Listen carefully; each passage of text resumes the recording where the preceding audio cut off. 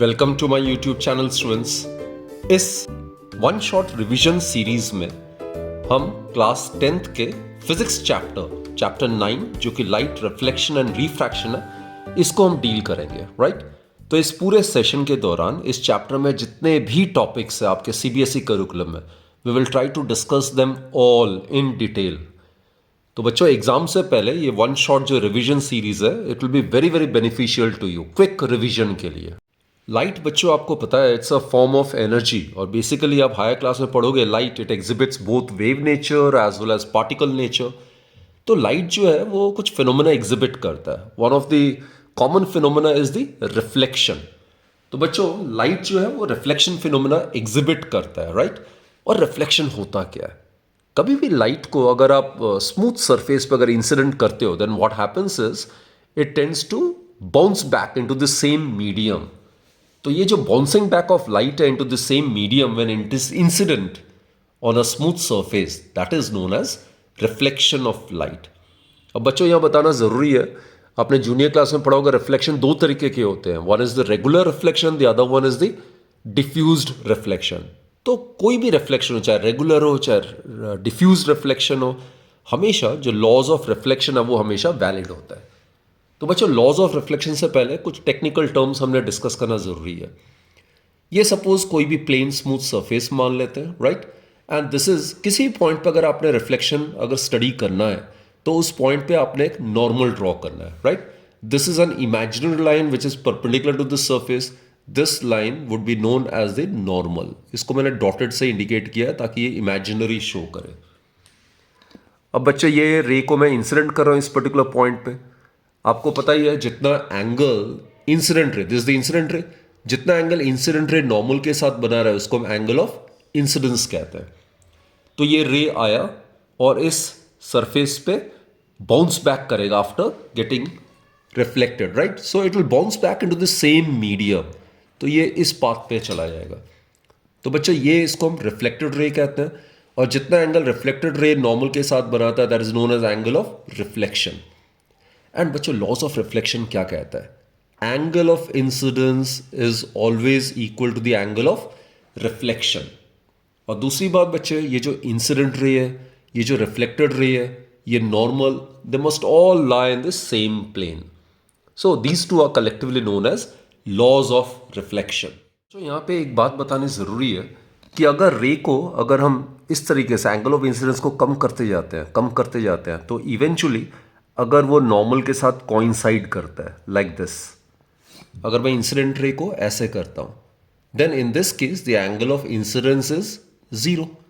तो इसको हम कहते हैं बच्चों normal incidence. It is known as normal incidence.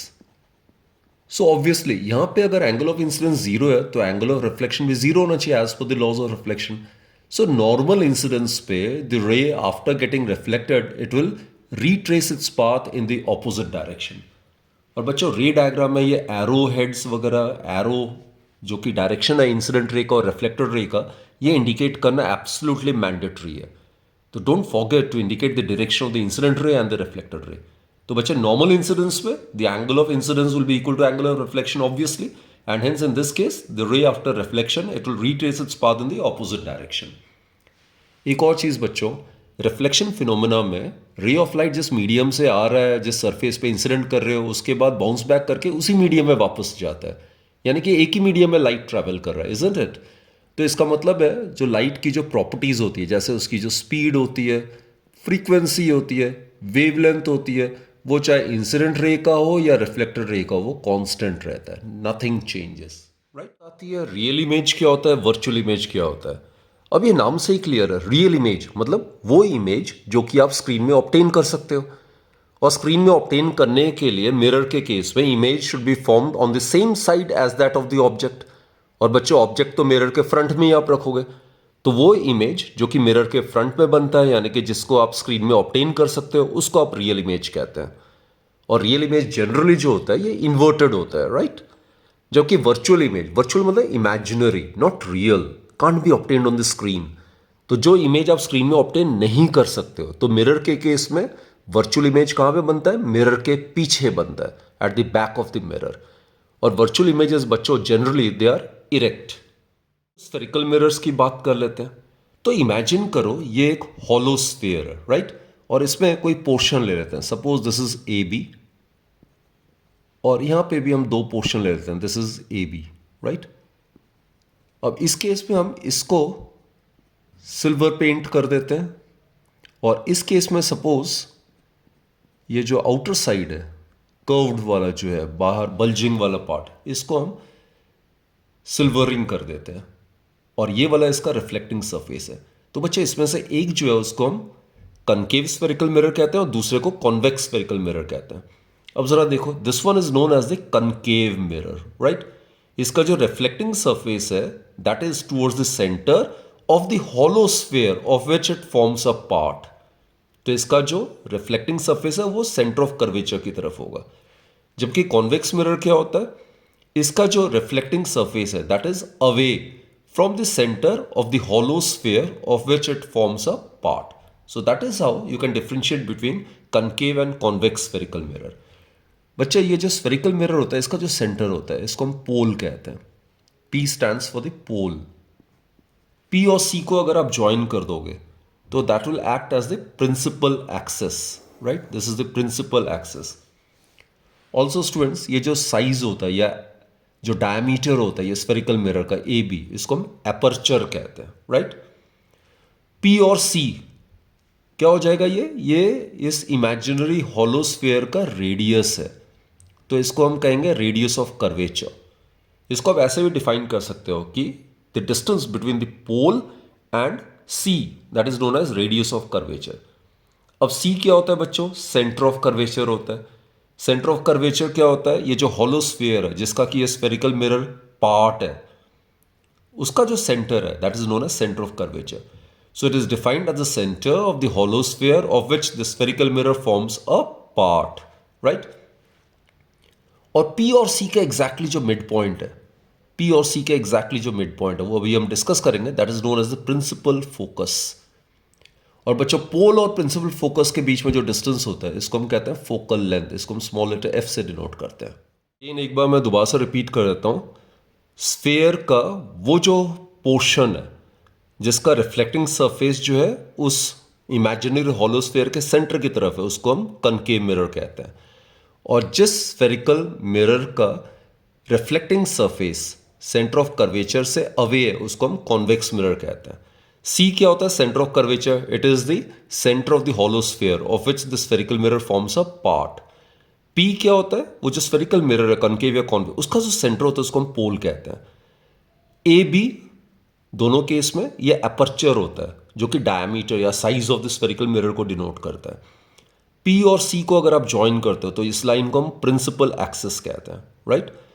P और C के बीच में जो डिस्टेंस है यानी कि ये हॉलो स्फीयर का जो रेडियस है उसको हम रेडियस ऑफ कर्वेचर कहते हैं।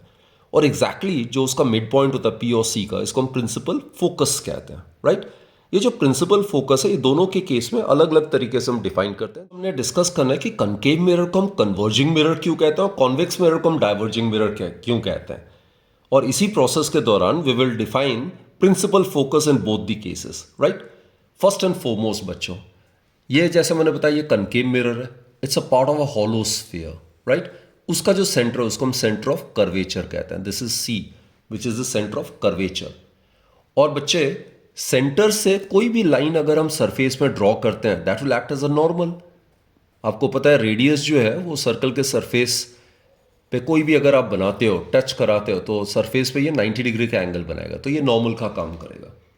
अब मैं क्या करता हूं, कोई भी रे, इंसिडेंट रे जो कि पैरेलल प्रिंसिपल एक्सिस के, उसको मैं इंसिडेंट कर रहा हूं, right. This is the incident रे, ये नॉर्मल हो गया बच्चों, ये इंसिडेंट रे है। तो जितना एंगल ये नॉर्मल के साथ बनाएगा इसको हम एंगल ऑफ इंसिडेंस कहेंगे, राइट। अब ये बाउंस बैक करके क्या करेगा, इसी तरफ बाउंस बैक करेगा सेम मीडियम में, तो ये प्रिंसिपल एक्सिस को किसी एक पर्टिकुलर पॉइंट पे इंटरसेक्ट करेगा। ये रिफ्लेक्टेड रे हो गया and the angle which the reflected ray makes with the normal that is known as angle of reflection. और ये दोनों एंगल्स बिल्कुल सेम होना चाहिए। तो ये जो पॉइंट की मैं बात कर रहा हूं जहां पे ये रिफ्लेक्टेड रे प्रिंसिपल एक्सिस को मीट कर रहा है, this is known as the principal focus. This is focus. तो बच्चा ये पाया गया इस केस में कोई भी पैरेलल बीम ऑफ लाइट अगर आप देते हो, बीम ऑफ लाइट मतलब काफ़ी सारे रेज आप इंसिडेंट करा सकते हो, तो incident ray which is parallel to the principal axis after suffering reflection, ये सारे के सारे जब रिफ्लेक्ट करेगा इस कनकेव मिरर से, they all will tend to pass through the focus. यही चीज़ अभी हमने डिस्कस की है। ये सारे के सारे रेज जो होगा वो कन्वर्ज होगा, यानी कि इकट्ठा होगा। तो इसी वजह से हम कनकेव मिरर को हम कन्वर्जिंग मिरर कहते हैं। This is the very reason why a concave mirror is known as a converging mirror, right. और कोई भी इंसिडेंट रे जो कि सेंटर ऑफ कर्वेचर से ही पास कर रहा है, तो इसमें एंगल ऑफ इंसिडेंस यहाँ पे कितना होगा, जीरो होगा। और हमने डिस्कस किया एंगल ऑफ इंसिडेंस अगर जीरो है तो angle of reflection will also be zero, right. तो ये सारे के सारे रिफ्लेक्ट होने के बाद they all are getting converged at the particular point on the principal axis. This particular point on the principal axis is what we call as principal focus. और बच्चे मैथमेटिकली आप सीनियर क्लास में discuss करोगे, ये जो focal length है P और F के बीच में डिस्टेंस है, it is exactly equal to half the radius of curvature, and this formula holds valid for any type of mirror. So focal length और रेडियस ऑफ कर्वेचर का relationship क्या होता है, F is equal to R by two. Plane mirror अगर है तो उसका radius of curvature infinity होता है, तो फोकल लेंथ भी प्लेन मिरर का इन्फिनिटी होता है। उसका सरफेस कर्व नहीं होता, वो बिल्कुल फ्लैट होता है, प्लेन होता है, राइट। तो ये रीजन है, इसको हम कनकेव मिरर को हम कन्वर्जिंग मिरर कहते हैं। और बच्चों इसका एप्लीकेशन कहाँ पे आता है, एज अ सोलार फर्नेस में हम इसको यूज कर सकते हैं। सोलार फर्नेस में क्या होता है, रेज जब सन से पैरेलल बीम इंसिडेंट करते हैं तो सारे के सारे रेज रिफ्लेक्ट होने के बाद फोकस पे कन्वर्ज करता है। तो यहाँ पे किसी भी चीज़ को आप रख दोगे तो वो आराम से मेल्ट किया जा सकता है, तो इसको एज अ फर्नेस हम यूज कर सकते हैं, राइट। देन अगर कोई सोर्स ऑफ लाइट को अगर आप यहाँ पे रख देते हो तो उसमें से जो भी रेज निकलेंगी रिफ्लेक्शन के बाद एक पैरेलल बीम हम ऑब्टेन कर लेंगे। तो जो टॉर्च लाइट्स होता है या जो व्हीकल्स में जो हेडलाइट्स होता है उसमें कॉन्केव रिफ्लेक्टर्स हम यूज करते हैं, और वो बेसिकली इसी प्रिंसिपल पे बेस्ड है कि source of light when it is placed at the focus, then rays after suffering reflection, then it becomes parallel to the principal axis, and as a result what happens is a parallel beam of light is obtained. अब बच्चों समझने की कोशिश करते हैं कि convex mirror को हम डाइवर्जिंग मिरर क्यों कहते हैं, राइट। तो अब देखो, अभी मैंने समझाया जिस पॉइंट पे आपने रिफ्लेक्शन स्टडी करना है वहां पे नॉर्मल ड्रॉ करना है। तो सेंटर ऑफ कर्वेचर से कोई भी लाइन अगर आप ड्रॉ करते हो सरफेस ऑफ द मिरर पे, that will act as a normal, right. ये रेडियस है तो सरफेस के साथ ही 90 डिग्री बनाएगा। ये आपने रे को इंसिडेंट किया, दिस द इंसिडेंट रे, the angle which the incident ray makes with the normal, that is what we call as angle of incidence. अब ये रे यहाँ पे है तो ये रिफ्लेक्टिंग सरफेस से बाउंस बैक करके इसी मीडियम में जाएगा, so it will be like this, ये बाउंस बैक करके इसी मीडियम में जाएगा, right. So this the reflected ray, and the angle which this reflected ray makes with the normal, that is known as angle of reflection. और ये दोनों angle हमेशा equal होना चाहिए। तो बच्चे ये जो रे रिफ्लेक्ट हो रहा है तो it will appear as if this ray is coming from a point somewhere over here, और मिरर के पीछे क्या होता है, इमेजिनरी।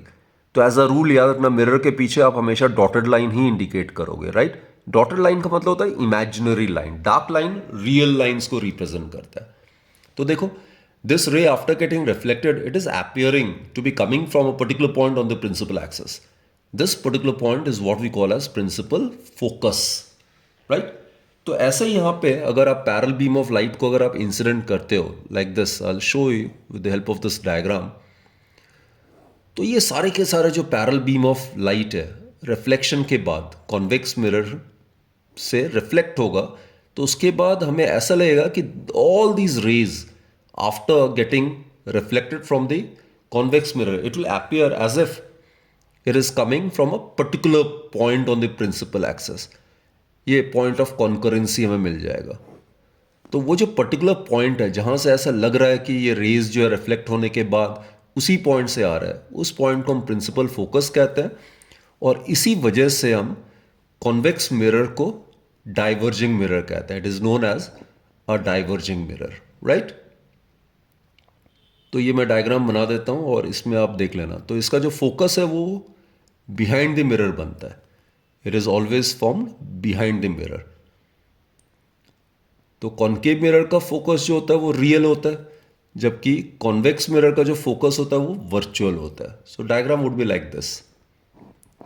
अब बच्चे एरो जरूर इंडिकेट कर देना, राइट. अब देखो ये इंसिडेंट रे की डायरेक्शन है, ये इंसिडेंट रे है. रे ऑप्टिक्स में डायरेक्शन देना बहुत जरूरी है. ये सारे इंसिडेंट बीम है. अब रिफ्लेक्ट होने के बाद it will be like this. तो all these rays appear to be coming from a particular point on this particular principal axis. This is known as principal focus.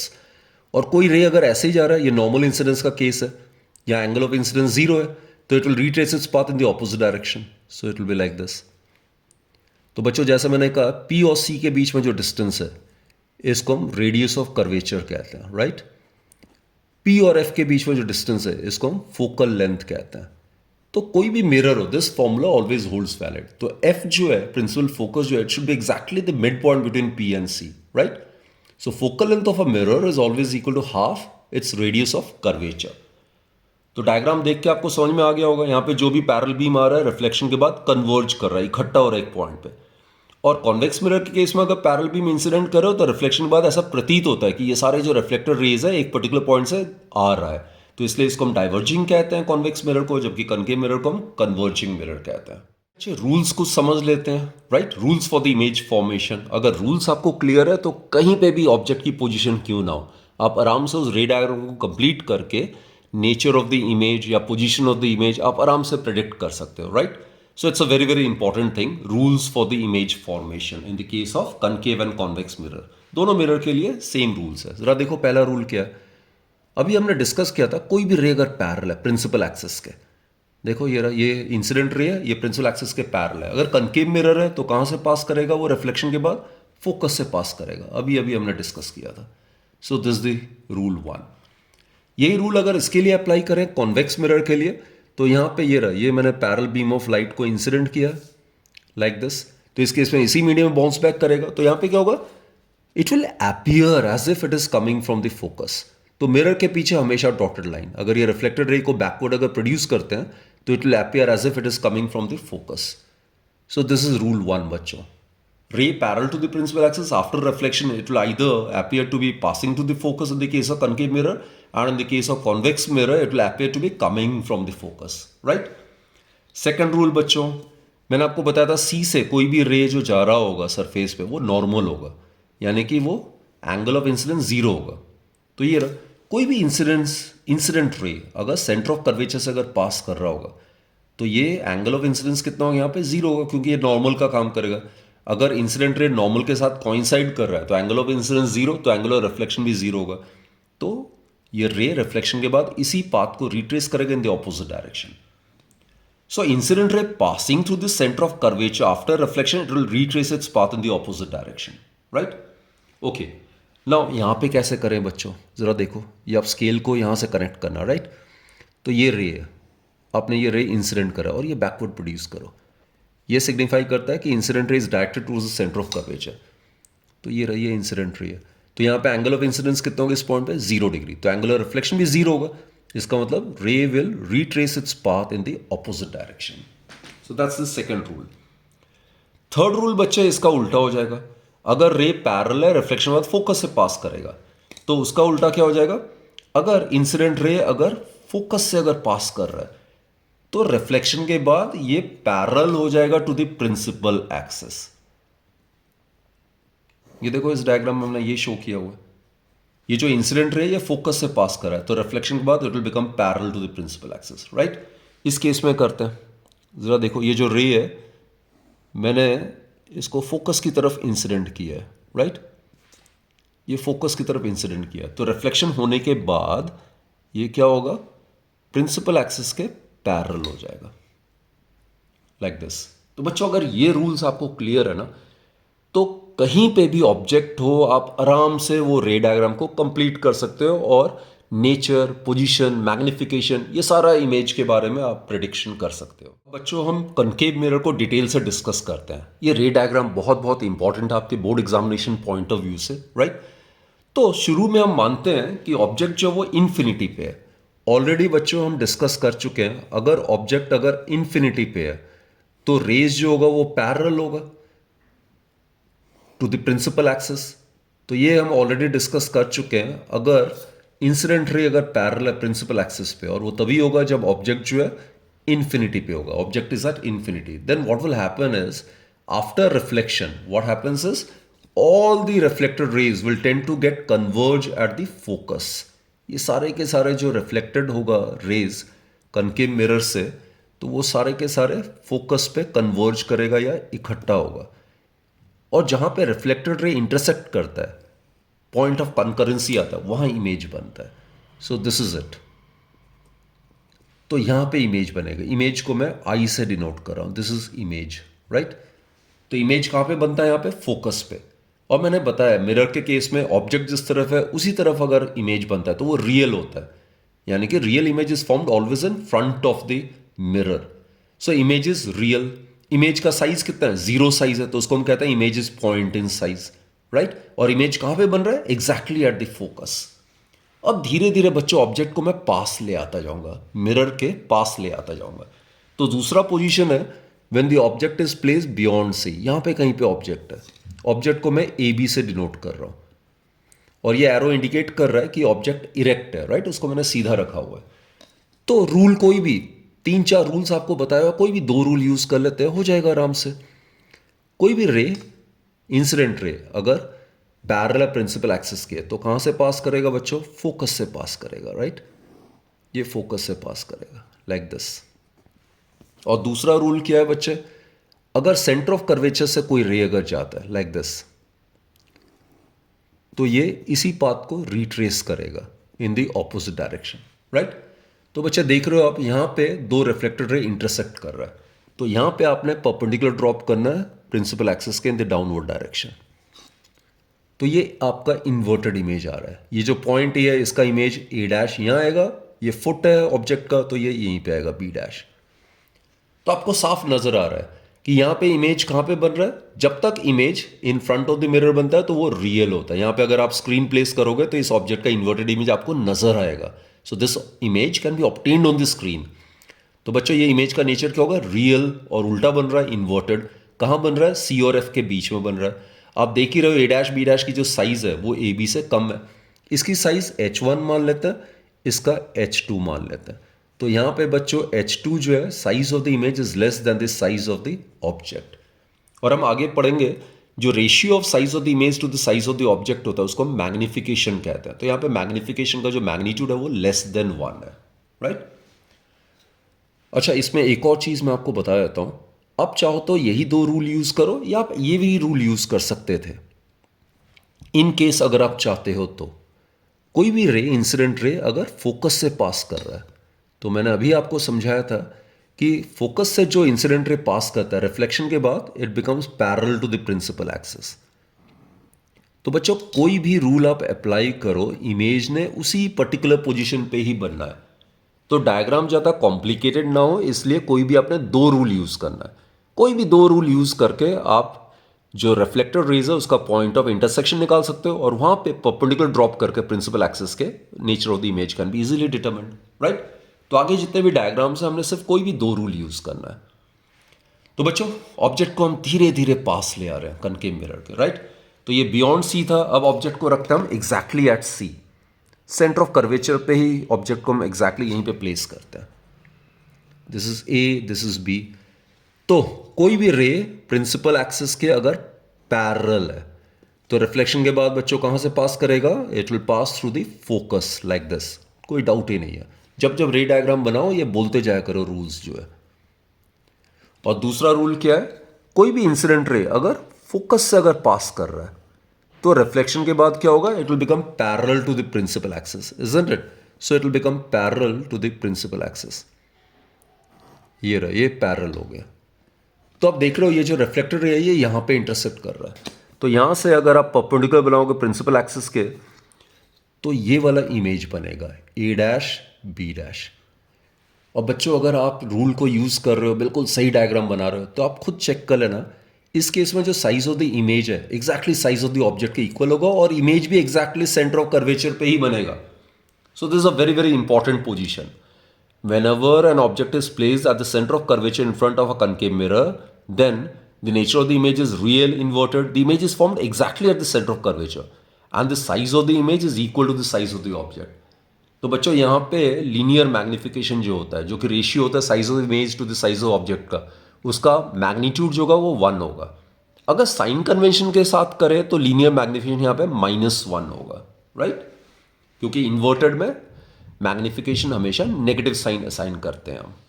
एक बात बच्चे आपसे बताना ज़रूरी है, डायग्राम रे डायग्राम तभी सही बनेगा जब आप ये पॉइंट एफ सी को ढंग से लोकेट करो।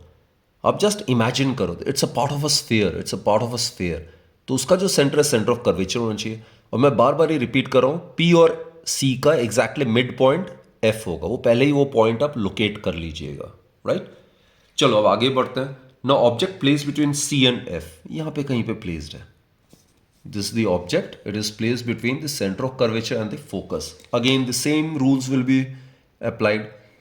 Any incident ray which is parallel to the principal axis, after reflection, obviously it will pass through the focus. This is it. और दूसरा क्या है बच्चे, कोई भी इंसिडेंट रे अगर फोकस से अगर पास हो रहा है, राइट, ये इंसिडेंट रे ये फोकस से पास हो रहा है, तो रिफ्लेक्शन के बाद क्या होगा, it will become parallel to the principal axis, like this, ये पैरेलल हो जाएगा। तो देखो यहां पे इंटरसेक्ट कर रहा है, तो यहां इमेज बनेगा, तो यहां पे आपने एक परपेंडिकुलर ड्रॉप करना प्रिंसिपल एक्सिस के डाउनवर्ड डायरेक्शन। तो ये बच्चे हो जाएगा ए डैश, ये रहा, ये टॉप ऑफ द ऑब्जेक्ट है, तो ये उल्टा हो गया, A dash and this will be B dash. तो यहां पे भी देखो इमेज रियल एंड इन्वर्टेड है, इमेज जो है मैग्नीफाइड है, यानी कि इमेज की साइज ऑब्जेक्ट के साइज से ज्यादा बड़ी आ रही है, और इमेज कहां बन रहा है, सी के beyond, right? Okay, now when the object is brought still closer to the concave mirror, तो now at f object जो focus पे placed है, same object, okay, again the same rule बच्चों, incident ray which is parallel to the principal axis, after reflection it will tend to pass through the focus like this, arrow indicate करना मत भूलना, right? दूसरा बच्चों, अगर centre of curvature से जा रहा है like this, ये ऑब्जेक्ट से सेंटर ऑफ कर्वेचर से पास कर रहा है, तो इसको आप बैकवर्ड प्रोड्यूस करोगे तो वो ये उसी पाथ को रिट्रेस करेगा इन द ऑपोजिट डायरेक्शन। ये रे ऐसे गया तो ये इसी पाथ को रिट्रेस करेगा, क्योंकि यहाँ पे एंगल ऑफ इंसिडेंस 0, तो एंगल ऑफ रिफ्लेक्शन भी 0। तो आप देख ही रहे हो कि ये आपको पैरेलल बीम ऑफ लाइट आपको मिलेगा, यानी कि इमेज कहाँ पे बन रहा होगा, पैरेलल लाइट, कभी पैरेलल जो रेज होते हैं वो कभी आपस में इंटरसेक्ट नहीं करता है, so these two rays will meet at infinity. So what I mean to say is that this is the case where the image is formed at infinity and it is highly magnified, right? Image is formed on the same side as that of the object or in front of the mirror, so image is real and inverted. Clear? तो बच्चों इन पांचों में common point क्या है? इन पांचों cases में nature of the image क्या आ रहा है, रियल आ रहा है, इन्वर्टेड आ रहा है, राइट? इन सभी केसेस में, इन पांच केसेस में जिस तरफ ऑब्जेक्ट है उसी तरफ इमेज बन रहा है, यानी कि इन सभी केसेस में इमेज को आप स्क्रीन में ऑब्टेन कर सकते हो। तो बच्चों ये वाला जो केस है ना, ये मोस्ट इंपॉर्टेंट है, object between P and F. यही एक एक्सेप्शनल पोजीशन है, यही एक ऐसा पोजीशन है ऑब्जेक्ट का जब इसका इमेज वर्चुअल इरेक्ट बनेगा और मैग्नीफाइड होगा। इस केस में इस ऑब्जेक्ट का इमेज जो होगा वो मिरर के पीछे बनेगा। तो देखते हैं कैसे। ये ऑब्जेक्ट है, ये भी कहां प्लेस किया है, पोल और फोकस के बीच में कहीं पे। रूल क्या है बच्चों, कोई भी रे पैरेलल है, इंसिडेंट रे अगर पैरेलल है प्रिंसिपल एक्सिस के, तो रिफ्लेक्शन के बाद कहां से गुजरेगा ये, after reflection it will tend to pass through the focus like this, ये फोकस से पास होगा, राइट? दूसरा रूल क्या है बच्चे, इसको ए और सी को ज्वाइन कर दोगे आप। कोई भी रे अगर ऑब्जेक्ट से इस डायरेक्शन में जा रहा है जो कि सी को टच करने पे सेम है, तो ये इसी पाथ को रिट्रेस करेगा in the opposite direction, just now we have discussed. तो ऐसे जा रहा होगा तो इसी पाथ को रिट्रेस करेगा ये। अब ये दोनों रेस के बीच में अगर आगे एक्सटेंड करोगे तो इनके बीच में गैप बढ़ता जाएगा, so they will not intersect over here. लेकिन इन दोनों रेस को अगर आप बैकवर्ड प्रोड्यूस करोगे लाइक दिस, और बच्चों मैंने कहा हुआ है मिरर के पीछे मतलब वर्चुअल है, इमेजिनरी होता है, तो उसको रिप्रेजेंट करने के लिए हमेशा डॉटेड लाइन से अपने शो करना है, राइट? हमेशा डॉटेड लाइन से। तो इसको भी, दूसरे वाले रिफ्लेक्टेड रे को भी आप बैकवर्ड प्रोड्यूस करो, तो कहीं ना कहीं आपको लगेगा कि ये दोनों reflected rays they are coming from a point somewhere over here, right, over here. So here if you drop a perpendicular to the principal axis, that will suggest its virtual erect and magnified image. So this is A dash, this is B dash.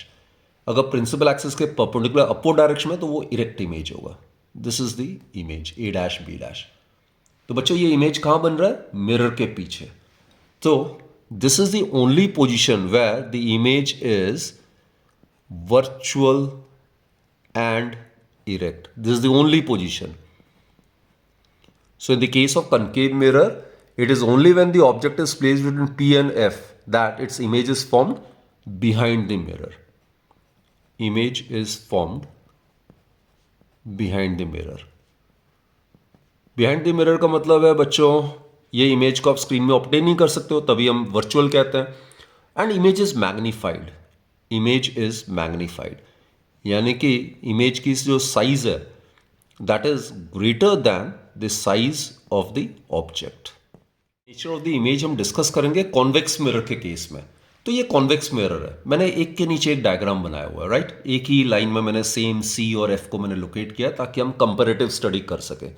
इसमें हम देखेंगे कि nature of the image हमेशा virtual, erect, diminished और mirror के पीछे बनता है, at the back of the mirror. तो कॉन्वेक्स मिरर के केस में आप इमेज को कभी भी स्क्रीन में ऑब्टेन नहीं कर सकते हो, राइट. तो कंपैरेटिव स्टडी के लिए व्हाट विल डू इज, पहले ये ऑब्जेक्ट जो है वो कन्वेक्स मिरर के काफी क्लोज प्लेस्ड है और धीरे धीरे इस ऑब्जेक्ट को मैं दूर करता जाऊंगा, राइट.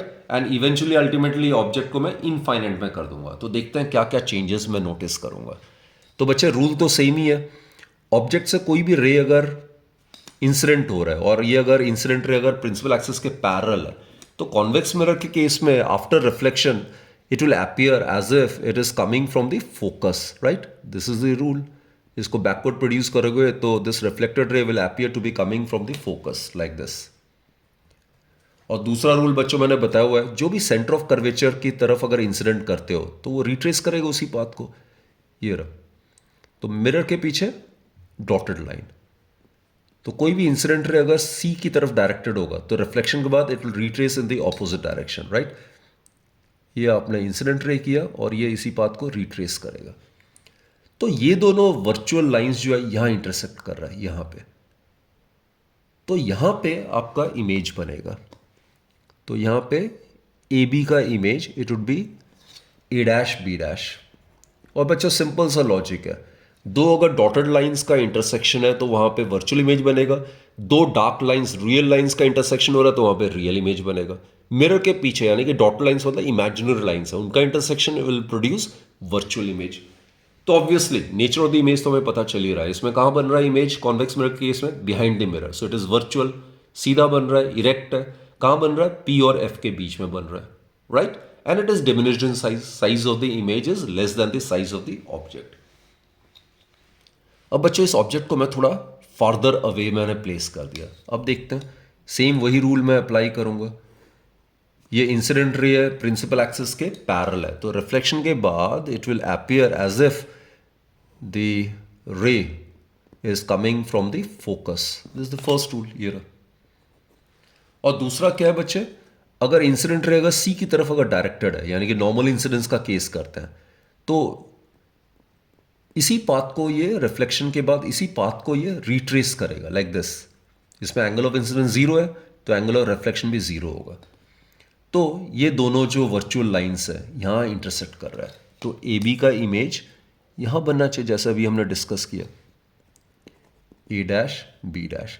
दोनों में क्या चीज आप नोटिस कर रहे हो? आप एक चीज बच्चों ये नोटिस कर रहे हो, जैसे जैसे ऑब्जेक्ट को मैं दूर लेता जा रहा हूं तो क्या ये इमेज की साइज कम होती जा रही है और इमेज की पोजीशन क्या फोकस की तरफ शिफ्ट होता जा रहा है? तो ये जो माइन्यूट सी जो चीज है ये प्लीज नोट करो, राइट. तो जैसे जैसे ऑब्जेक्ट को मैं front of the convex mirror से दूर लेता जाऊंगा वैसे वैसे इमेज की साइज और कम होती जा रही है और उसका पोजीशन जो है वो फोकस की तरफ शिफ्ट होता जा रहा है, right. But the nature of the image will remain same. It will be formed between P and F. It will be virtual, erect and diminished only. But as we take the object farther away from the convex mirror, the size of the image keeps on decreasing and its position shifts towards the focus. और बच्चों eventually ultimately क्या होगा, जब object को दूर लेते लेते मैं इसको इनफाइनाइट में प्लेस कर दूंगा तो उस केस में इमेज की साइज कम होते होते क्या हो जाएगा, जीरो हो जाएगा इमेज, यानी कि पॉइंट इन साइज हो जाएगा, और उसकी पोजीशन फोकस की तरफ शिफ्ट होते होते क्या हो जाएगा, एग्जैक्टली फोकस पे ही इमेज बनेगा, right. So as the object is taken farther and farther away, and eventually when the object is at infinity, then its point size image is formed at the focus. ये diagram ये represent कर रहा है, तो यहां पे focus पे ये इमेज बन रहा है, and it is point in size, right. So these are the points which I have already written. So this is regarding the nature of the image obtained in the case of a convex mirror. अब बच्चा यहां पे एक बात बतानी बहुत बहुत ज़रूरी है, कॉन्वेक्स मिरर का एप्लीकेशन कहां पे आता है। कॉन्वेक्स मिरर को हम व्हीकल्स में रियर व्यू के लिए हम यूज़ करते हैं। अब देखो व्हीकल्स में रियर व्यू के लिए हमें ऐसा मिरर लगाना चाहिए जिसका वाइडर फील्ड ऑफ व्यू हो और सीधा इमेज बनता हो। वाइडर फील्ड ऑफ व्यू तभी होगा जब इमेज की साइज कम होगी, इजंट इट। जो पीछे से अप्रोच कर रहा होगा व्हीकल को, उसको आराम से हम देख सकते हैं मिरर में, right. So convex mirror is used in vehicles as a rear view mirror.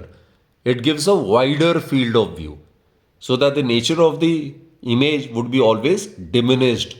It is always erect, और diminished होने की वजह से it gives us wider field of view. So there lies the application of convex mirror. Formula की बात कर लेते हैं। मिरर फॉर्मूला एक मैथमेटिकल रिलेशनशिप होता है between the image distance, object distance and the focal length of a spherical mirror और even a plane mirror, right. Basically mirror formula it's valid for each and every type of mirror. तो बच्चों U जो होता है it stands for the object distance, V stands for the image distance, F stands for the focal length. और बच्चे कुछ sign convention हम use करते हैं, तो उसके बारे में भी हमें जानना बहुत बहुत जरूरी है। तो बच्चों साइन कन्वेंशन के हिसाब से all the distances are to be measured from the pole of the mirror, right. हर एक डिस्टेंस को आप पोल ऑफ द मिरर से मेजर करोगे। जैसे पी इनिशियल लेटर होने चाहिए, पी एफ ये फोकल लेंथ हो जाएगा, P C radius of curvature हो जाएगा, पी बी ये डिस्टेंस ऑफ द ऑब्जेक्ट हो जाएगा, राइट। इस केस में जैसे P F it will be focal length, P see it will B radius of curvature, P B it will be the object distance, right? So first rule is all the distances are to be measured from the pole of the mirror. दूसरा बच्चे जो sign convention है वो ये है कि कोई भी distance pole of the mirror से अगर मैं इंसिडेंट डायरेक्शन में अगर मेजर करता हूँ, इंसिडेंट रे के डायरेक्शन में अगर मैं मेजर करता हूँ, that will be taken as positive sign, and if the distances are measured from the pole against the direction of the incident ray, that will be negative. तो बच्चा ये object है, तो इंसिडेंट रे की डायरेक्शन ऐसी है, this is the direction of the incident रे। हमेशा ऑब्जेक्ट को हम in front of the mirror रखेंगे, तो कोई भी डिस्टेंस हम पी से टूवर्ड्स राइट मेजर कर रहे हैं तो पॉजिटिव होगा, टूवर्ड्स लेफ्ट करेंगे यानी कि इंसिडेंट रे के डायरेक्शन का ऑपोजिट करेंगे तो वो नेगेटिव होगा, राइट। और ये साइन कन्वेंशन सभी मिरर्स के लिए वैलिड है। तो देखते हैं पी एफ। अब देखो पी एफ, इसको इंसिडेंट रे के डायरेक्शन का ऑपोजिट मेजर करें तो क्या आएगा, negative. P C, again P C को मैं उल्टे डायरेक्शन मेजर करूँ as that of the incident ray, so it is negative. PC radius of curvature है, राइट। ये किसके लिए कर रहा हूं मैं, कनकेव मिरर के लिए। पीबी ऑब्जेक्ट डिस्टेंस नेगेटिव, तो नेगेटिव साइन मिरर में क्या इंडिकेट करता है, रियल है, दीज ऑल आर रियल। तो कोई भी चीज अगर रियल है तो उस केस में नेगेटिव आएगा।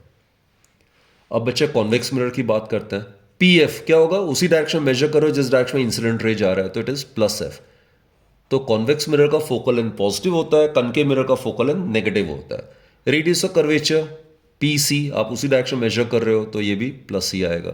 पी बी ऑब्जेक्ट तो रियल है, तो उल्टे डायरेक्शन मेजर करो as that of the incident ray, so it is negative. तो मैंने कहा जो माइनस है वो क्या होता है, रियल। जो प्लस है ये क्या होगा, ये वर्चुअल, दिस इज वर्चुअल यानी कि बिहाइंड द मिरर, राइट। अब बच्चा तीसरा साइन कन्वेंशन क्या आता है, कोई भी डिस्टेंस प्रिंसिपल एक्सिस से मेजर करते हैं अपवर्ड डायरेक्शन में वो पॉजिटिव होगा और डाउनवर्ड डायरेक्शन में वो नेगेटिव होगा। यानी कि जो भी चीज इरेक्ट होगा वो पॉजिटिव होगा। जैसे ऑब्जेक्ट तो हमेशा हम सीधा रखेंगे, it is measured perpendicular to the principal axis and the upward direction, so object की जो हाइट है that is always always positive. जबकि अगर इमेज इन्वर्टेड होता है तो वो आपने नेगेटिव लेना है, क्योंकि प्रिंसिपल एक्सिस का परपेंडिकुलर और डाउनवर्ड डायरेक्शन होगा, that will be taken as negative, right. और अगर इरेक्ट आ रहा है, कॉन्वेक्स मिरर में हमेशा इरेक्ट ही होगा, so that will be always taken as positive. तो यहाँ पे इरेक्ट कॉन्केव मिरर के केस में इरेक्ट एक ही कंडीशन में आ सकता है, जब पी और एफ के बीच में ऑब्जेक्ट होगा, तभी उसका इमेज बिहाइंड द मिरर बनता है और बड़ा बनता है, right. So for erect image the size of the image is to be taken as positive. For inverted image, the size of the image is to be taken as negative. Just do remember that. Now बच्चे coming to mirror formula. Mirror formula होता है u, v और f के बीच में relationship. So mirror formula is 1 by v plus 1 by u is equal to 1 by f. तो कोई भी conceptual question अगर आता है तो ये फॉर्मूला आपने यूज करके आराम से आप उस क्वेश्चन को अटेम्प्ट कर सकते हो and do make use of the sign convention. Numericals नहीं आएगा सीबीएसई करिकुलम में, बट इस पे बेस कुछ कॉन्सेप्चुअल क्वेश्चन आ सकता है, right. Then last but not the least about regarding the mirrors, last topic is linear magnification. ये मैंने बताया था बच्चे, लीनियर मैग्निफिकेशन क्या होता है। It is defined as the ratio of the size of the image to the size of the object, right? Size of the image इसको मैं h2 से डिनोट करूंगा और size of the object को I'll denote it by h1. So I'll denote it by h1. So linear magnification in terms of the object and the image distance, it's given by minus v by u, right? It is minus v by u. And बच्चों for erect image, just now I have stated the linear magnification would be positive, because in that case the distance would be measured perpendicular to the principal axis and the upward direction. So as per sign convention it has to be taken as positive. बच्चों वैसे inverted image के लिए m जो होगा वो negative होगा।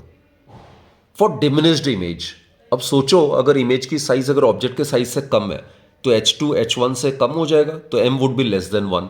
तो यहाँ पे मैग्नीट्यूड में जो लीनियर मैग्निफिकेशन अगर लेस देन 1 है, इसका मतलब है इमेज की साइज ऑब्जेक्ट के साइज से कम है। ऑन द अदर हैंड अगर इमेज की साइज ऑब्जेक्ट के साइज से बड़ी है तो h2 अगर h1 से ग्रेटर है तो m का मॉड भी ग्रेटर देन 1 होगा। तो magnitude of linear magnification is greater then 1 in case the image size is greater then that of the object size. तो बच्चों मिरर वाला टॉपिक जो है वो हमने पूरा डिटेल से हमने डिस्कस कर लिया, राइट। अब बच्चों रिफ्रैक्शन फिनोमेना को हम डिस्कस करते हैं, राइट। सबसे पहले तो आपको ये पता होना चाहिए रिफ्रैक्शन के लिए मिनिमम 2 अलग अलग मीडियम की हमें ज़रूरत पड़ती है। तो लाइट कभी भी एक मीडियम से दूसरे मीडियम में ट्रैवल करती है तो लाइट की वेलोसिटी चेंज हो जाती है। और एक बच्चों आपको पता ही होगा किसी पर्टिकुलर मीडियम में लाइट हमेशा स्ट्रेट पाथ फॉलो करता है, इसको हम रेक्टिलिनियर प्रोपोगेशन ऑफ लाइट कहते हैं। लेकिन लाइट कभी भी अगर एक मीडियम से दूसरे मीडियम में जाती है तो लाइट की पाथ जो है वो बेंड हो जाती है, राइट। तो this phenomena of bending of light or this phenomena of change in the velocity of light whenever light travels from one medium to another medium, that is what we call as phenomena of refraction, right। दो rules है। suppose एक ये air जो है obviously it is a rarer medium, glass is a optically denser medium। और बच्चों इस point पे अगर हमने रिफ्रैक्शन स्टडी करना है तो ये हमने नॉर्मल ड्रॉ करना है। नॉर्मल मैंने पहले ही आपको बताया, it's an imaginary line which is perpendicular to the interface. ये जो लाइन है दो मीडिया को जो सेपरेट करे उसको हम इंटरफेस कहते हैं। तो रूल की बात करते हैं। सबसे पहले बच्चों ये जो रे है हमने ओब्लिक डायरेक्शन में इसको इंसिडेंट किया, राइट। जितना इंसिडेंट रे नॉर्मल के साथ एंगल बना रहा है इसको हम कहते हैं एंगल ऑफ इंसिडेंस। अगर ये ग्लास स्लैब नहीं होता तो light as per rectilinear propagation of light it would have travelled along the same straight path, right. लेकिन लाइट यहां पे कहां से कहां एंटर कर रही है, rarer to denser, air to glass. It tends to bend whenever light travels from rarer to denser, it tends to bend towards the normal. तो ये जो रे है बच्चों ये रिफ्रैक्टेड रे है, और जितना एंगल रिफ्रैक्टेड रे नॉर्मल के साथ बना रहा है उसको हम एंगल ऑफ रिफ्रैक्शन कहते हैं। तो इस केस में जो एंगल ऑफ रिफ्रैक्शन है डेंसर मीडियम में it is less than the angle of incidence in the rarer medium. So rule 1 is ray of light traveling from rarer to denser it will tend to bend towards the normal, right। अब देखते हैं इस case में जब ray of light denser to rarer जा रहा है तो ये बच्चों डेंसर मीडियम में ट्रैवल कर रहा है तो this will be considered to be the incident ray. एक ही अगर मीडियम होता है it would have travelled along this path, isn't it. Straight path ही फॉलो करना था जिसको हम रेक्टिलिनियर प्रोपोगेशन लाइट कहते हैं अगर एक ही मीडियम होता। तो इस केस में ये इंसिडेंट रे है और डेंसर मीडियम में ट्रैवल कर रहा है, और इंसिडेंट रे जितना नॉर्मल के साथ एंगल बना रहा है उसको हम कहते हैं एंगल ऑफ इंसिडेंस। अब इस केस में जब ray of light denser to rarer जा रहा है, it will bend away from the normal, वो नॉर्मल से दूर जाएगा बेंड होके, राइट। इसको हम रिफ्रैक्टेड रे कहते हैं, और जितना रिफ्रैक्टेड रे नॉर्मल के साथ एंगल बनाएगा उसको हम एंगल ऑफ रिफ्रैक्शन कहते हैं। तो बच्चों इस केस में जब ray of light denser to rarer medium जा रहा है, तो उस केस में जो एंगल ऑफ रिफ्रैक्शन है रेयर मीडियम में, it is greater than the angle of incidence in the denser medium. Clear? So these are the two rules which we need to follow. अब बच्चों लॉज ऑफ रिफ्रैक्शन आता है, तो laws of refraction क्या कहता है? Ratio of sine of angle of incidence to the sine of angle of refraction, ये हमेशा कांस्टेंट होता है, और इस कांस्टेंट को हम रिफ्रैक्टिव इंडेक्स कहते हैं। This is known as refractive index. It is the characteristic property of the medium under consideration. Refractive index क्या होता है वो डिटेल में हम डिस्कस कर लेते हैं। सपोज ये ऑप्टिकली रेयर मीडियम है, ऑप्टिकली डेंसर मीडियम है। अभी हमने डिस्कस किया जैसे रे ऑफ लाइट अगर रेयर टू डेंसर जा रहा है, it will bend towards the normal, right. अब रेयर मीडियम में वेलोसिटी मान लेते हैं लाइट का v1 है, और दूसरा मीडियम जो डेंसर माना है इसमें वेलोसिटी ऑफ लाइट मान लेते हैं v2। हमें पता ही है लाइट जब कभी भी एक मीडियम से दूसरे मीडियम में जाती है तो वेलोसिटी चेंज हो जाती है, राइट। तो बच्चे इस केस में अगर इस पॉइंट पे पॉइंट ए में अगर मैं स्नेल्स लॉ अप्लाई करता हूं तो क्या आएगा? Sine I divided by sine R, right. इसका रेशियो हमेशा कांस्टेंट होता है, उस कांस्टेंट को रिफ्रैक्टिव इंडेक्स कहते हैं। इसको आप n से डिनोट कर दो या म्यू से डिनोट करो, let us denoted by n। तो angle of refraction denser medium में लाई कर रहा है, तो ये आ जाएगा refractive index of medium 2 with respect to medium 1, and this refractive index of medium 2 with respect to medium 1 is defined as the ratio of velocity of the light in the first medium to the velocity of light in the second medium. Clear bachcho? So this is the expression basically. So refractive index of medium 2 with respect to medium 1 is defined as the ratio of the velocity of the light in medium 1 to the velocity of light in medium 2. तो refractive index जो होता है it is the ratio two similar physical quantities, तो इसकी कोई ऐसा unit नहीं होती है। और बच्चों अगर डेंसर मीडियम की बात करते हैं, जो ऑप्टिकली डेंसर मीडियम है उसकी रिफ्रैक्टिव इंडेक्स हमेशा ग्रेटर देन 1 होगी, राइट। एयर या वैक्यूम का हम 1 लेते हैं, तो जो मीडियम जितना ज़्यादा ऑप्टिकली डेंसर होता जाएगा उसकी रिफ्रैक्टिव इंडेक्स उतनी ही ज़्यादा होती जाएगी। तो जैसे रिफ्रैक्टिव इंडेक्स जो है अगर हम कंसिडर करें वाटर का विथ रिस्पेक्ट टू एयर, ये होता है बच्चों 4/3, that is 1.33, right? Then refractive index अगर हम ग्लास का कंसिडर करते हैं with respect to air, that is 3/2 which is 1.5। और एक बात बच्चों, किसी भी मीडियम की refractive index with respect to air या वैक्यूम करते हैं उसको हम एब्सोल्यूट रिफ्रैक्टिव इंडेक्स कहते हैं।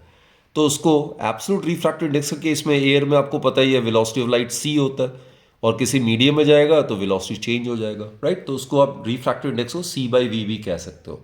तो absolute refractive index of a medium is defined as ratio of the velocity of light in air और vacuum to the velocity of light in that particular medium. और air vacuum में light की speed constant होती है, आपको पता ही है 3 × 10⁸ मीटर पर सेकेंड, राइट। तो this is absolute refractive index. तो refractive index nature of the medium पे डिपेंड करता है, और जो जितना ऑप्टिकली डेंसर मीडियम होगा उसकी रिफ्रैक्टिव इंडेक्स उतनी ही ज़्यादा होगी, और जिसकी रिफ्रैक्टिव इंडेक्स जितनी ज़्यादा होगी उस मीडियम में स्पीड ऑफ लाइट उतनी ही कम होनी चाहिए। तो डायमंड की रिफ्रैक्टिव इंडेक्स जो होती है बच्चों एयर के रेस्पेक्ट में सबसे ज़्यादा होती है। सो डायमंड का रिफ्रैक्टिव इंडेक्स एयर के केस में with respect to air, I mean we are talking about the absolute refractive index of diamond, it is about 2.42। तो डायमंड के अंदर स्पीड ऑफ लाइट सबसे कम होती है, एयर में स्पीड ऑफ लाइट सबसे ज़्यादा होती है, एयर या वैक्यूम में। क्लियर? एक और चीज़ बच्चे, रिफ्रैक्शन के केस में सिर्फ फ्रीक्वेंसी कांस्टेंट रहती है। ये इंसिडेंट रे है, इसकी फ्रीक्वेंसी न्यू है, रिफ्रैक्टेड रे है, इसकी फ्रीक्वेंसी भी न्यू ही होगी। फ्रीक्वेंसी एनर्जी को बताता है, तो एनर्जी हमेशा कंजर्व रहता है, right. So energy possessed by the light will remain constant, so frequency will remain constant. Frequency में कोई बदलाव नहीं आएगा। क्या चीज चेंज होगा? वेलोसिटी में। मैंने बताया अभी वेलोसिटी अगर यहाँ पे v1 है तो यहाँ पे v2 हो जाएगा। अगर वेलोसिटी में चेंज हो रहा है तो वेवलेंथ में भी चेंज होगा। ये λ1 है तो यहाँ पे λ2 हो जाएगा। आपको ये फॉर्मूला पता होना चाहिए। वेलोसिटी जो है it is equal to frequency multiplied by wavelength. Wavelength को हम लैम्डा से डिनोट करते हैं, राइट। तो बच्चे फ्रीक्वेंसी कांस्टेंट है तो वेलोसिटी जो होगा वो डायरेक्टली प्रोपोर्शनल टू वेवलेंथ हो जाएगा। कहने का मतलब है अगर वेलोसिटी कम होगी वेवलेंथ भी कम हो जाएगी, वेलोसिटी ज़्यादा होगी तो वेवलेंथ भी ज़्यादा हो जाएगी। But the frequency of the incident ray और the refracted ray must remain constant. और चीज़ बच्चों, जो इंसिडेंट रे है, रिफ्रैक्टेड रे है और ये जो नॉर्मल मैंने बनाया है to the interface, all must lie on the same plane. तो इन दोनों को हम कलेक्टिवली लॉज ऑफ रिफ्रैक्शन कहते हैं।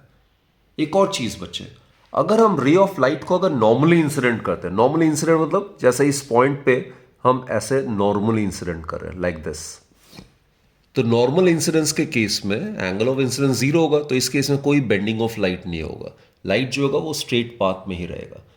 तो ये जो बेंडिंग ऑफ लाइट होता है वो कब होता है? When light is incident on a surface in an oblique direction. ठीक है, ओब्लिक डायरेक्शन में जब आप इसको इंसिडेंट करोगे then only light will bend, right. Normally अगर करोगे, नॉर्मली मतलब एंगल ऑफ इंसिडेंस अगर 0 डिग्री पे करोगे तो path of light will remain same, no refraction will take place, right। चलो अगला आता है बच्चे स्फेरिकल लेंसेस। आपको पता है ये दो तरीके के लेंसेस होते हैं, एक होता है कॉन्वेक्स, एक होता है कनकेव। आप लोग सीनियर क्लास में पढ़ोगे कॉन्वेक्स लेंस को बनाया जाता है by making use of two convex refracting spherical surfaces. Concave lens को बनाया जाता है by making use of two concave refracting spherical surfaces. खैर आपके क्लास पॉइंट ऑफ व्यू से आप इतना ध्यान रखो कि कॉन्वेक्स लेंस जो होता है वो ट्रांसपेरेंट रिफ्रैक्टिंग मीडियम का होता है, प्लास्टिक ग्लास का हो सकता है। इसका सेंटर जो होता है वो थिक होता है, बाकी एजेस जो होता है वो थिन होता है। जबकि कॉन्केव लेंस के केस में एजेस जो होता है वो थिक होता है और जो सेंटर जो होता है वो थिन होता है। और ये जो पॉइंट है इसको हम ऑप्टिकल सेंटर कहेंगे। जैसे मिरर में हम हर एक डिस्टेंस को पोल से लेते थे, वैसे ही लेंस के केस में हर एक डिस्टेंस को हम ऑप्टिकल सेंटर से मेजर करेंगे, राइट। और एक बच्चों, जब रे ऑफ लाइट को हम इंसिडेंट करते हैं तो यहां पे भी रिफ्रैक्शन होगा और दूसरे वाले सरफेस से रिफ्रैक्शन होगा, राइट। तो लेंस पे रे ऑफ लाइट को अगर इंसिडेंट करते हैं, इसके दो सरफेसेस होने की वजह से दो बार ही रिफ्रैक्शन होगा। लेकिन हम लेंस को थिन मान रहे हैं। For thin lenses bending of light में एक ही बार ही शो करूंगा, राइट। तो ये मैंने रेफरेंस लाइन ड्रॉ किया हुआ है।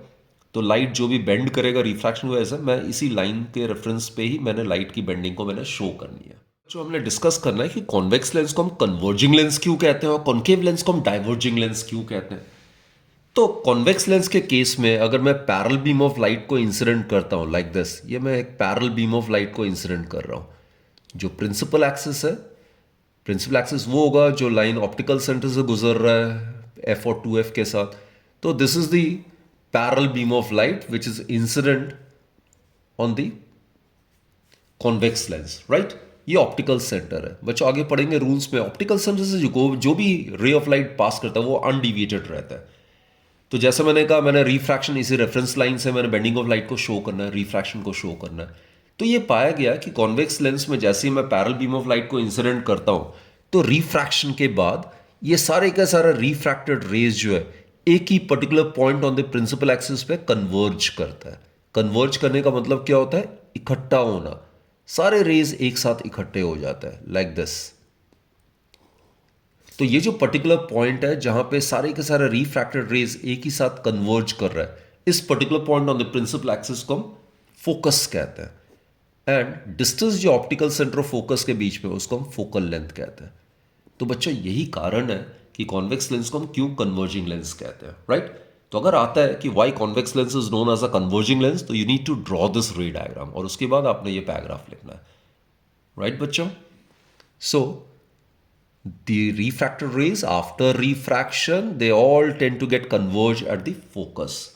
और इसका एप्लीकेशन बच्चों ये आपने देखा ही होगा। मैं कॉन्वेक्स लेंस ले लो आप और उसको सन रेज जो है वो इंसिडेंट कराओ उस पर, तो आप देखोगे वो सारे के सारा सन रेज जो है एक पर्टिकुलर पॉइंट पे कन्वर्ज हो रहा है। इस पॉइंट पे कोई भी अगर कार्बन पेपर वगैरह आप रखोगे तो वो आराम से सारा हीट इकट्ठा होने की वजह से वो जलने लग जाएगा, राइट। सो इसको भी एज अ फर्नेस की तरह हम यूज़ कर सकते हैं लाइट को इकट्ठा करने के लिए। प्रैक्टिकली आप सनलाइट को अगर इकट्ठा करना चाहते हो किसी पर्टिकुलर जगह पे ताकि उसकी टेम्परेचर उस पर्टिकुलर पॉइंट में टेम्परेचर आप रेज कर सको, so you can make use of convex lens for that purpose. Now students, concave lens, इसको हम डाइवर्जिंग लेंस क्यों कहते हैं, राइट? तो इस केस में भी अगर आप पैरेलल बीम ऑफ लाइट को अगर इंसिडेंट करते हो, पैरेलल बीम ऑफ लाइट मतलब ये सारे जो इंसिडेंट रेज है they are parallel to the principal axis, right? ये मैंने पैरेलल बीम ऑफ लाइट को मैंने इंसिडेंट किया है। इसमें भी जो ऑप्टिकल सेंटर से जो पास करेगा incident ray that will remain undeviated, right? इस केस में बच्चों कॉन्केव लेंस के केस में क्या होगा, आफ्टर सफरिंग रिफ्रैक्शन रे जो होगा इस तरीके से बेंड होता है, राइट? उसको अगर बैकवर्ड प्रोड्यूस करोगे तो ये सारे जो रिफ्रैक्टेड रेज होंगे they all will appear to be coming from a particular point on the principal axis. और वो जो पॉइंट है जहां से ये सारे के सारे रेज रिफ्रैक्ट करने के बाद हमें प्रतीत होगा कि उसी पॉइंट से आ रहा है, अपीयर हो रहा है, so that particular point on the principal axis will be known as principal focus, like this. ये डाइवर्ज कर रहा है। कॉन्वेक्स लेंस के केस में क्या कर रहा था, सारे के सारे रेज इकट्ठा हो रहा था। यहां पे रिफ्रैक्शन के बाद ऐसा प्रतीत होगा कि ये सारे जो रिफ्रैक्टेड रेज है ये किसी पर्टिकुलर पॉइंट से आ रहा है, right? So that is the reason why concave lens is known as a diverging lens. तो ये इसका फोकल लेंथ हो जाए ओ और एफ के बीच में। यह एक बात बतानी है आपको, बहुत जरूरी है। कॉन्वेक्स लेंस का फोकल लेंथ जो होता है वो रियल होता है, इट इज रियल, जबकि कॉन्केव लेंस का फोकल लेंथ जो होता है दैट इज वर्चुअल, राइट? तो लेंस के केस में बच्चे, रियल केस में हम ये पॉजिटिव लेंगे बिकॉज डिस्टेंस ऑप्टिकल सेंटर से मेजर करेंगे and it is measured along the direction of the incident ray, so it is to be taken as positive. जबकि फोकल लेंथ कॉन्केव लेंस का optical centre से हम measure करें in a direction opposite to that of the incident ray, so it has to be taken as negative. तो इस case में F जो होगा वो नेगेटिव होता है। Focal length of a concave lens is negative while focal length of a convex lens is positive. So convex lens is a converging lens, concave lens is a diverging lens. So nature of the image formed in the case of lenses को discuss करने से पहले rules for the image formation हमें पता होना बहुत जरूरी है, right? तो पहला रूल बच्चे, कोई भी इंसिडेंट रे अगर प्रिंसिपल एक्सिस के अगर पैरेलल है, like this incident ray if it is parallel to the principal axis, convex lens के केस में जैसा अभी हमने डिस्कस किया था it will pass through the focus, right? ये फोकस से पास करेगा। और अगर कनकेव लेंस है तो उस केस में अगर कोई भी इंसिडेंट रे अगर पैरेलल प्रिंसिपल एक्सिस से, तो रिफ्रैक्शन के बाद it will appear as if it is coming from the focus, so it will be like this is the first rule. और इसमें बच्चों एक चीज मैं मेंशन करना चाहूंगा कि ये जो पॉइंट्स है ये आपने लोकेट करना है। ये ऑप्टिकल सेंटर है, ये एफ है, अगर ये 5 सेंटीमीटर है तो आगे भी 5 सेंटीमीटर में 2f आएगा, तो ऑप्टिकल सेंटर से 2f का डिस्टेंस 10 सेंटीमीटर हो जाएगा, राइट? और एक चीज, मिरर के केस में जैसे f equals to half the radius of curvature होता था, राइट? यहां पे ऐसा कोई रिलेशनशिप एग्जिस्ट नहीं करता है। यहां पे लेंस मेकर्स फॉर्मूला होता है that you will discuss in higher class. तो बेसिकली यहां पे रे डायग्राम बनाने से पहले ये f 2f on both the sides ये लोकेट करना जरूरी है, and f should be exactly obviously at the mid point between o and 2f, this just as a reference, right? Okay, now the second rule. Second rule बच्चे अभी मैंने समझाया था आपको, इंसिडेंट रे अगर ऑप्टिकल सेंटर से पास कर रहा है that will remain undeviated like this, चाहे वो कॉन्वेक्स लेंस हो चाहे कनकेव लेंस हो, incident ray passing through the optical centre will remain undeviated. Principal axis के अलोंग भी कोई रे अगर जा रहा है ऑप्टिकल सेंटर से गुजर रहा है it will remain undeviated like this is the incident रे along the axis passing through the optical center it will remain undeviated. So यही दो रूल्स यूज करके ऑब्जेक्ट को in front of a concave या कॉन्वेक्स लेंस रखो, अपने आप image बन जाएगा और उसका नेचर, उसका साइज, उसका पोजीशन वो आराम से हम प्रेडिक्ट कर पाएंगे। अब बच्चों पहले कॉन्वेक्स लेंस का केस डिस्कस कर लेते हैं। हम ऑब्जेक्ट को सबसे पहले इन्फिनिटी पे रखते हैं। ऑब्जेक्ट को इन्फिनिटी पे रखने का मतलब ये हुआ कि रेज जो होगा, जो ऑब्जेक्ट इन्फिनिटी पे वहां से जो आएंगी they will be parallel to the principal axis. और अगर इंसिडेंट रे अगर पैरेलल प्रिंसिपल एक्सिस के, आपको पता ही है वो सारे के सारे जो रेज है after suffering refraction it will tend to get converge at the focus, just now we have discussed, isn't it? तो बच्चों इस केस में रिफ्रैक्टेड रेज जो है कहां पे मीट कर रहा है? फोकस पे।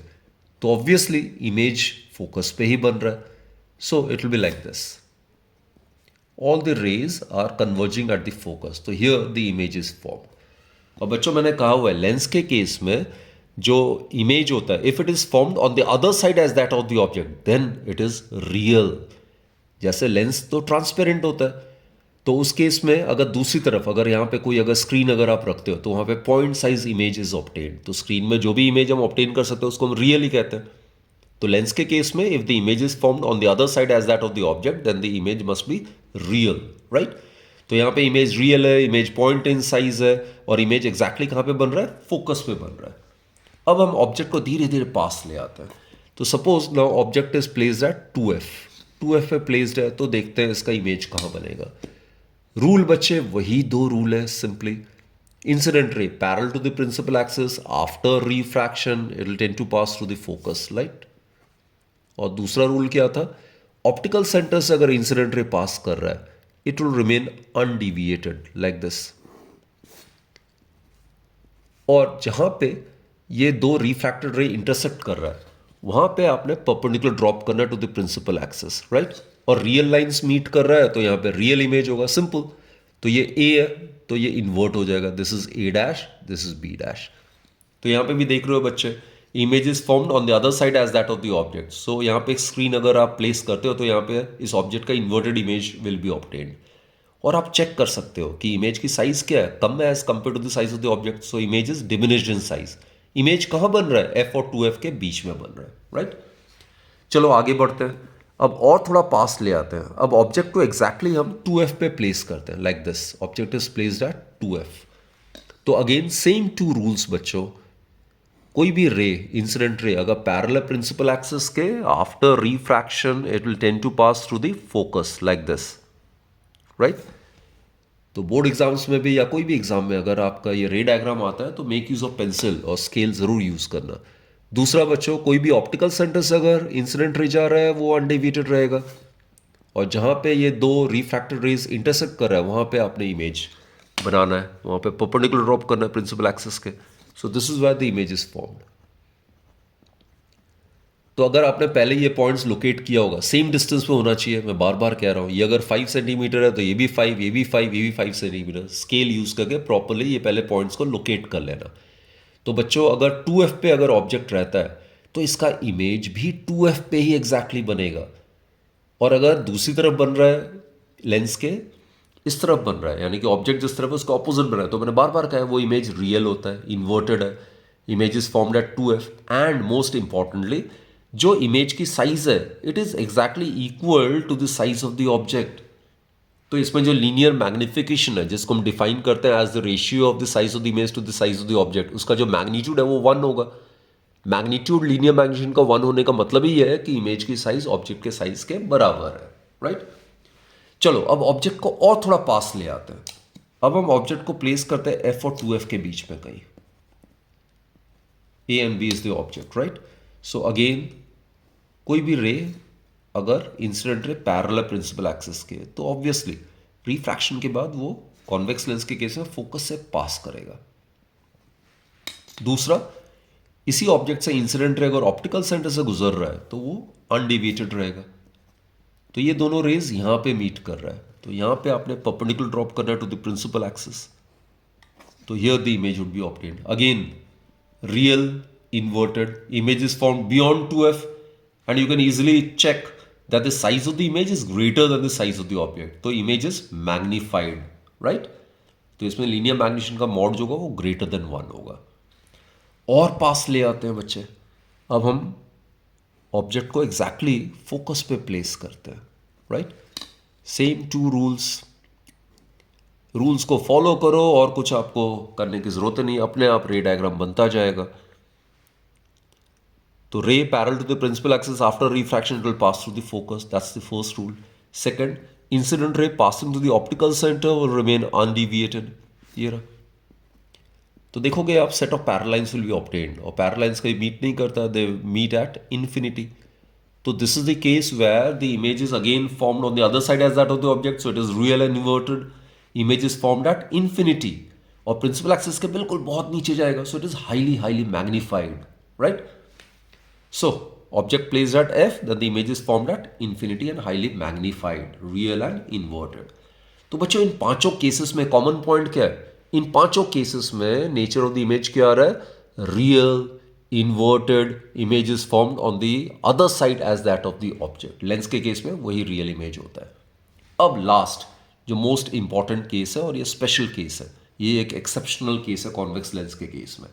ऑब्जेक्ट को जब हम ऑप्टिकल सेंटर और फोकस के बीच में कहीं रखते हैं, राइट? यही एक ऐसा केस है जहां पे इमेज जो होगा वो वर्चुअल बनेगा. देखते हैं कैसे. वही दो रूल बच्चे अप्लाई करना है. कोई भी रे अगर पैरेलल है इंसिडेंट रे प्रिंसिपल एक्सिस के, तो रिफ्रैक्शन के बाद वो फोकस से पास करेगा, कोई डाउट ही नहीं है इसमें. और दूसरा, इसी ऑब्जेक्ट से जो रे ऑप्टिकल सेंटर से गुजरेगा that will remain undeviated like this. तो आप देख रहे हो ये दोनों जो रिफ्रैक्टेड रेज है ये आगे तो जाके इंटरसेक्ट करेगा नहीं, इनके पीछे गैप बढ़ता जा रहा है. तो इसको अगर हम बैकवर्ड प्रोड्यूस करते हैं तो एक हमें पॉइंट ऑफ इंटरसेक्शन मिल जाएगा और हमें ऐसा प्रतीत होगा कि ये दोनों रिफ्रैक्टेड रेज उसी पर्टिकुलर पॉइंट से आ रहा है. तो देखो, these two rays appear to be coming from this particular point. और यहां पे किसका इंटरसेक्शन है? डॉटेड लाइंस का. इसको हमने बैकवर्ड प्रोड्यूस किया रिफ्रैक्टेड रे को. तो डॉटेड लाइंस इमेजिनरी लाइंस होता है, तो उनके इंटरसेक्शन से जो इमेज बनेगा वो भी इमेजिनरी या वर्चुअल इमेज होगा. So this is the only position of the object in case of a convex lens where the image formed as virtual and erect. यही एक ऐसा पोजीशन है जिसमें नेचर ऑफ द इमेज जो आ रहा है वो वर्चुअल एंड इरेक्ट आ रहा है, राइट? और वर्चुअल का मतलब लेंस के केस में मैंने बार बार कहा है, image is formed on the same side as that of the object and image is magnified. तो बच्चों कॉन्वेक्स लेंस के केस में जितने पॉसिबल केसेस थे वो हमने डिस्कस कर लिया. अब कॉन्वेक्स लेंस का एप्लीकेशन कहाँ पे है? कॉन्वेक्स लेंस को बच्चों एज एन ऑप्टिकल इंस्ट्रूमेंट हम यूज करते हैं. एक simple convex lens of short focal length can be termed as a microscope. और माइक्रोस्कोप आपको पता ही है, it can be use to obtain the magnified image of an extremely small object. Compound microscope में भी हम दो दो कॉन्वेक्स लेंस को यूज करते हैं. So there lies the application of convex lens. बच्चों कॉन्केव लेंस के केस में इमेज का नेचर क्या होता है वो डिस्कस कर लेते हैं, राइट? कॉन्केव लेंस के केस में हमेशा नेचर ऑफ द इमेज क्या आता है? वर्चुअल, इरेक्ट और डिमिनिश्ड इन साइज. डिमिनिश्ड मतलब यहाँ पे नेचर ऑफ द इमेज हमेशा साइज ऑफ द इमेज हमेशा कम होगा as compare to the size of the object. So let's see. और इसको डिस्कस करने के लिए what we do is object एक बार पास रखेंगे और उसको धीरे धीरे ग्रेजुअली हम उसको farther away from the concave lens को ले जाएंगे, right? So let's check it out. तो यहाँ पे ये ऑब्जेक्ट प्लेस्ड है ए बी और काफ़ी करीब है ये कॉन्केव लेंस के. तो आपको पता ही है रूल क्या है. कोई भी इंसिडेंट रे जो कि पैरेलल है प्रिंसिपल एक्सिस के, after refraction it will appear as if it is coming from the focus, right? तो इसको अगर बैकवर्ड प्रोड्यूस करोगे तो ऐसे लगेगा like this. This is the first rule. और दूसरा बच्चे आपको याद ही होगा, कोई भी इंसिडेंट रे ऑप्टिकल सेंटर से पास करेगा it should remain undeviated like this. और सिंपल सा केस है, दो अगर डार्क लाइंस इंटरसेक्ट कर रहा है तो तभी रियल इमेज बनता है. दो डॉटेड लाइंस या एक डार्क लाइन एक डॉटेड लाइन, तो इसका मतलब वहां पे वर्चुअल इमेज है. यहां पे ये दोनों इंटरसेक्ट कर रहा है, राइट? तो यहां पे ये इमेज बनेगा. This is A dash, this is B dash. तो बच्चे ये इमेज कहां बन रहा है? उसी तरफ बन रहा है जहां पे ऑब्जेक्ट है, on the same side as that of the object. So it is virtual और इरेक्ट है. और कहां पोजीशन कहां पे? Between the optical centre and the focus. और देखो ए डैश बी डैश इसकी जो साइज है वो ऑब्जेक्ट के साइज से कम है, तो it is diminished, it is smaller in size. अब इस ऑब्जेक्ट को मैंने दूर प्लेस कर दिया, ग्रेजुअली इसको दूर लेते हुए जा रहा हूं मैं. तो देखते हैं क्या चीज़ें नोटिस करते हैं हम. तो अगेन वर्चुअल इरेक्ट ही आएगा, लेकिन और क्या चेंजेस आएगा वो देखते हैं. तो जैसे मैंने कहा इंसिडेंट रे जो ऑब्जेक्ट से आ रहा है अगर पैरेलल प्रिंसिपल एक्सिस के, after refraction it will appear to be coming from the focus. तो ये जो रिफ्रैक्टेड रे है उसको मैंने बैकवर्ड प्रोड्यूस कर दिया, तो it will appear as if this refracted ray is coming from the focus. और दूसरा बच्चों, कोई भी रे अगर ऑप्टिकल सेंटर से अगर गुजर रहा है incident ray, it will remain undeviated like this. It should remain undeviated. तो यहाँ इंटरसेक्ट हो रहा है, तो यहाँ पे एक परपेंडिकुलर लाइन ड्रॉ करो. ये आ गया ए डैश बी डैश। कुछ आप दोनों में फ़र्क समझ रहे हो? जैसे जैसे ऑब्जेक्ट को मैं दूर लेते जा रहा हूँ तो देखो इमेज की साइज़ और कम होती जा रही है, इससे इमेज की साइज़ इस केस में थोड़ी कम है। और देखो इमेज की पोजीशन भी कहाँ शिफ्ट हो रहा है, ग्रेजुअली फोकस की तरफ शिफ्ट होता जा रहा है। तो बच्चों कंक्लूजन क्या है, जैसे जैसे कनकेव लेंस के फ्रंट में ऑब्जेक्ट को मैं पास से दूर लेता जा रहा हूँ वैसे वैसे इमेज की साइज कम होती जाएगी और इमेज की पोजीशन उसके फोकस की तरफ शिफ्ट होती जाएगी। तो इवेंचुअली अल्टीमेटली मैं ऑब्जेक्ट को दूर लेते लेते कहाँ पे ले जा सकता हूँ, इनफाइनाइट तक, बहुत दूर ले जाता हूँ।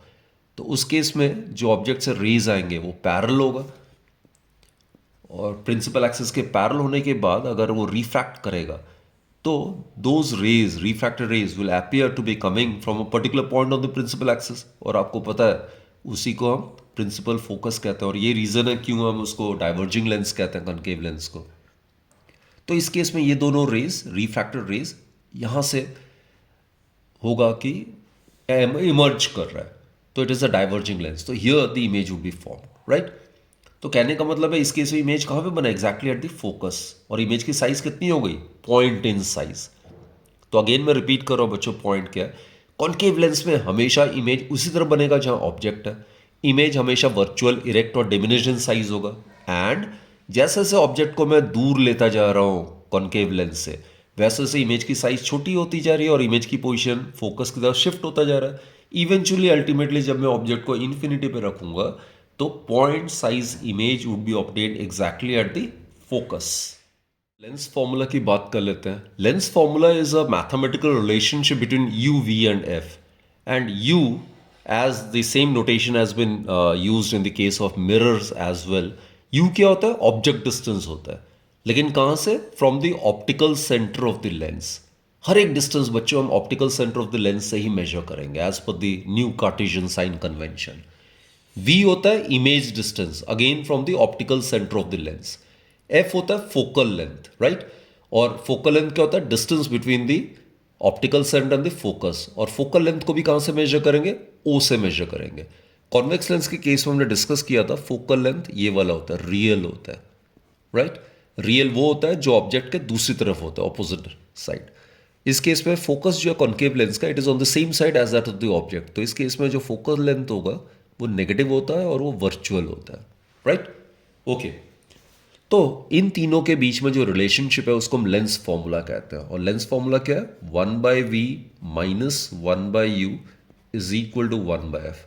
बच्चों मिरर के केस में था 1/v plus 1/u equals to 1/f। Lens के केस में 1/v minus 1/u equals to 1/f होता है, राइट।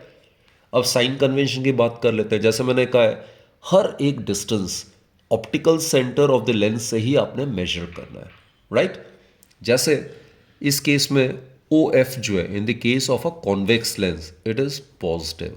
आप खुद सोचो, ओ एफ को आप इसी डायरेक्शन मेजर करो along the direction of the incident रे, जबकि इस केस में ओ एफ को मेजर कर रहे हो opposite to the direction of the incident ray. So in the case of a concave lens O F is negative, always remember that बच्चों, right. Object distance O B जो हो जाएगा वो object distance होगा। Object real है इस case में, right, and it is measured in a direction opposite that of the incident ray, तो क्या आएगा, माइनस यू। तो इस केस में भी ऑब्जेक्ट ऑब्वियसली इंसिडेंट रे ऐसे है, ओ बी को आप उल्टे डायरेक्शन मेजर कर रहे हो तो O B is negative, minus u. इस केस में बच्चे इमेज अगर इस तरफ बनता है, यहां अगर इमेज बन रहा है तो रियल एंड इन्वर्टेड होता है। रियल इन्वर्टेड के लिए आप डिस्टेंस ऑफ द इमेज उसी तरफ मेजर करो जिस तरीके से इंसिडेंट रे जिस डायरेक्शन में जा रहा है। तो फॉर रियल इमेज v जो होगा, v इमेज डिस्टेंस को रिप्रेजेंट करता है, ये क्या होगा, positive. While for virtual image मतलब image is formed on the same side as that of the object. तो अगर इसी तरफ अगर इमेज बन रहा है तो ओ बी डैश उल्टे डायरेक्शन मेजर करेंगे as that of the incident ray, so it has to be taken always as negative. तो बच्चों कॉन्केव लेंस के केस में हमेशा नेचर ऑफ द इमेज क्या होता है, वर्चुअल होता है। तो इमेज डिस्टेंस जो है कॉन्केव मिरर के केस में it will be always negative. तो ये कुछ बेसिक से फैक्ट्स है जो आपको पता होना चाहिए। एक और चीज बच्चों, लेंस का जो फोकल लेंथ है ना वो नेचर ऑफ द मीडियम पे डिपेंड करता है, राइट।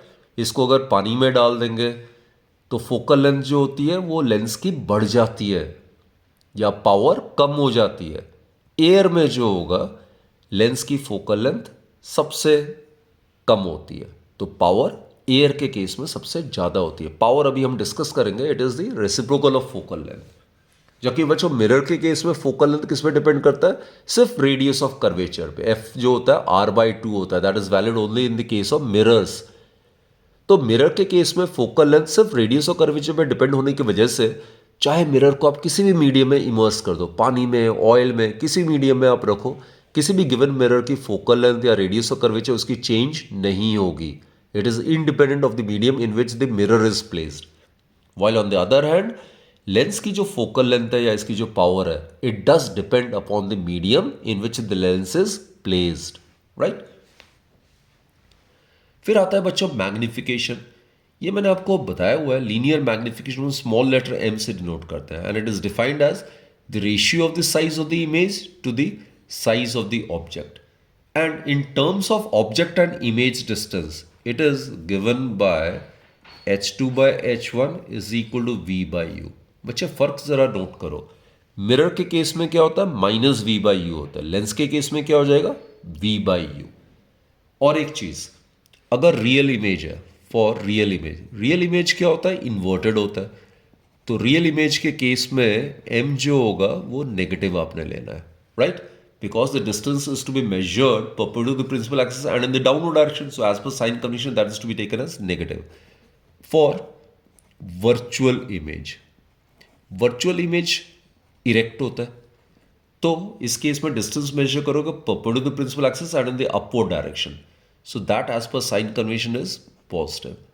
तो बच्चों कॉनकेव मिरर के केस में हमेशा nature of the image virtual होता है और इरेक्ट होता है। तो m जो है for concave mirror, concave lens sorry, it is always positive. जबकि कॉन्वेक्स लेंस के केस में क्या होता है? सिवाय एक पोजीशन में बाकी हर एक पोजीशन में इन्वर्टेड होता है।